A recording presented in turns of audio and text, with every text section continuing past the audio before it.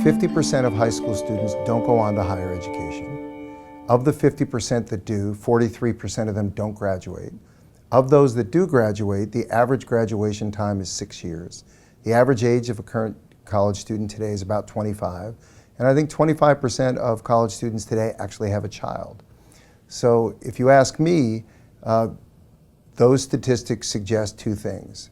The current system is not producing what it was designed to produce for the types of people that go, the number of people that go, and what they need. And it is not kept up with modern world in terms of how it makes itself available and what it charges students to be able to get what they need. So it's a combination of availability, doesn't seem to work for the majority of students, because the number one reason that students don't go on to further education or drop out of college, it's a combination of two things which essentially means the same thing. It's too expensive, or they can't get the classes at the time of day they're available. And that's because of the 70% of kids that go to state schools, 40% of them work 30 hours a week or more. All of this is to say that schools are no longer programmed at the right time. They take too long, they're too expensive, and what they program is incomplete. It's not necessarily bad. Our view is the education system needs to evolve to the way we do everything.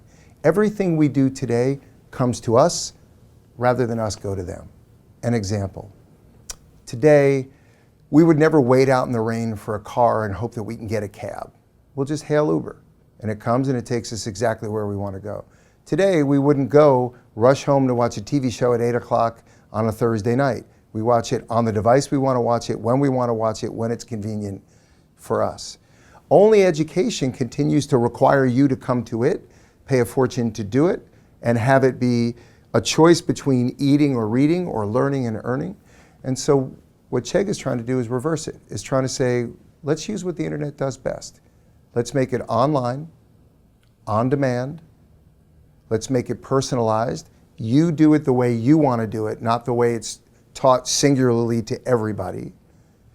Adaptive, which means when we watch what you do and we learn about you, let's actually adjust how we teach you or what we teach you, what we give you more of and what we give you less of, based on your actual abilities.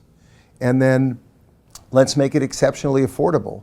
And if we do that, you'd be amazed how many students need to learn, want to learn, or willing to learn.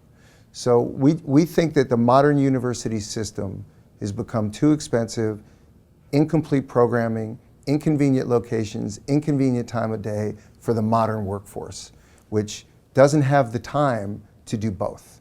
So even if you look at for-profit colleges, they were a mess because they became a scam for a lot of people. But if you realize 3.6 million people at one time were actually taking it, you realize the demand was there to be able to learn in your own environment and your own way. Why? Because the average person was a 30-year-old woman who could not leave her family or her workforce, or in some cases both.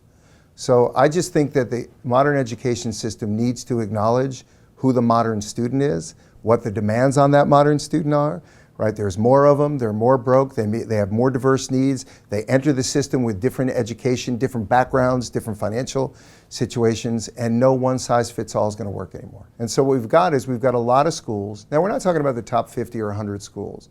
Those schools have huge endowments, they'll be protected for a long time, and they'll probably continue to be able to teach the smaller part of the population that can take 4 years. But the ramifications are, well, here's a question for you. Why is there something called a 4-year school? Why does college take 4 years? That's a random number. Why does certain course take 2 years? That's a random number. It has to do with how many classes they're willing to program that you're able to take, not how long it takes you to learn the material. 95% of the time that you're at a 4-year college, you're not in a classroom in any way, shape, or form. In today's world, we binge watch everything that we want. You can binge watch entire series, albums, learn anything you want. Why can't you binge learn your education? If you're willing to put in the time at nights, at weekends, days, whatever it is, and learn and master the subject, why can't you finish when you've learned the things that you're supposed to learn in order to get you a job? So the ramifications are colleges are going to have to take less time to get somebody from learning to earning. There is no reason why it should take 4 years.